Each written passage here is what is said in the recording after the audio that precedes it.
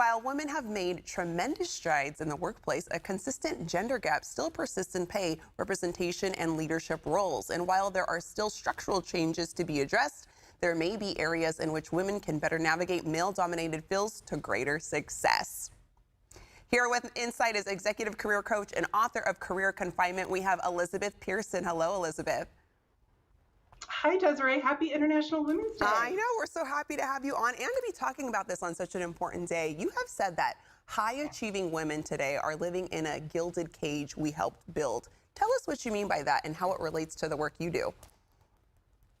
I think that a lot of times, especially women that I interact with, they come to me and they feel a little stuck. They feel a little trapped, maybe confined by their past choices, life choices, right? And so I think that when we think of this gilded cage, it can feel really pretty on the outside, right? Like it's this new zone of comfortability that one day we kind of wake up and don't feel as comfortable in it. And what I do is I work with them to help identify, are these bars of the cage more mental constructs and bias and external conditioning that we've been subjected to our lives? And then from there, you can take action. All right. So how does your new book, Career Confinement, help women who feel stuck in their job or industry that they work in? Yeah, my book was, I really wrote it because I have so many incredible client stories of the women that I work with. They're in all different industries. They have, some are moms, some are not, some are empty nesters. It's really a pretty wide variety of women. And they all came to me feeling at their core stuck. And so the book was this wonderful way to provide a resource to women who also feel stuck to be able to identify with specific client stories in the book and then have the tools to get themselves with some momentum behind their back so that they can feel like they're actually making some progress towards their deep soul goals, if you will. And in your experience, why do you think women are underpaid for the same roles as their male counterparts? Bias is real. I mean, if you look at the statistics, there are a lot of gender bias out there and they're at play. And so I feel like in order for us to close this pay gap, we're actually going to have to close the leadership gap.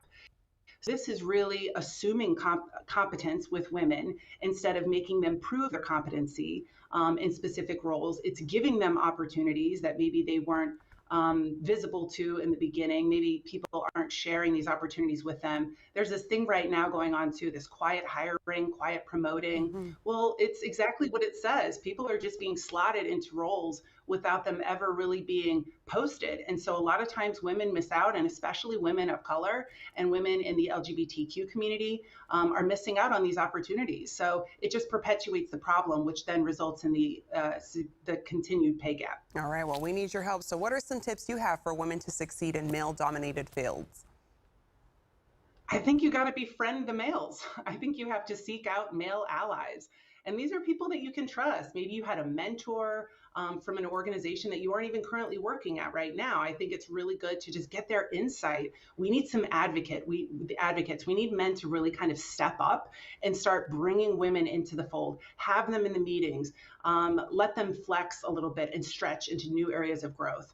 Another one is like speaking up in meetings. Have your voice be heard. On average, women are interrupted more than 40% more than men in meetings. So if somebody interrupts you, pull a Kamala and say, "Excuse me, I'm speaking," right? It's okay to advocate for yourself and your voice to be heard so that you can be more visible.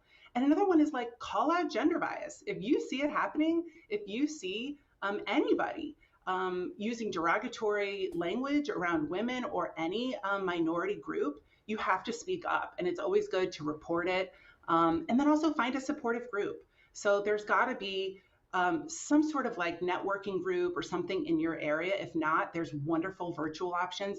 But surround yourself with other women who have achieved and overcome some of these obstacles so that they can help show you the way. Oh, that's very helpful. And can you also quickly talk about the vocabulary we use to talk about females in the workforce and why that matters? It really does, Desiree, because a lot of times women are, described as nurturing, compassionate, really flexible, things like that. And men are described as confident and assertive. Whereas women can come off as needy or emotional. So it's really good to check the vocabulary that we're using around women, their abilities, because we could even be guilty of it ourselves as women, as talking about how kind somebody is and how they're really taking care of everybody in the office versus really highlighting their competency and their achievements. All right, I'm going to remember that. I'm going to remember the vocabulary, and I'm going to check some people if I hear it. Elizabeth, thank you so much for joining us today. For more information, head over to elizabethpearson.com.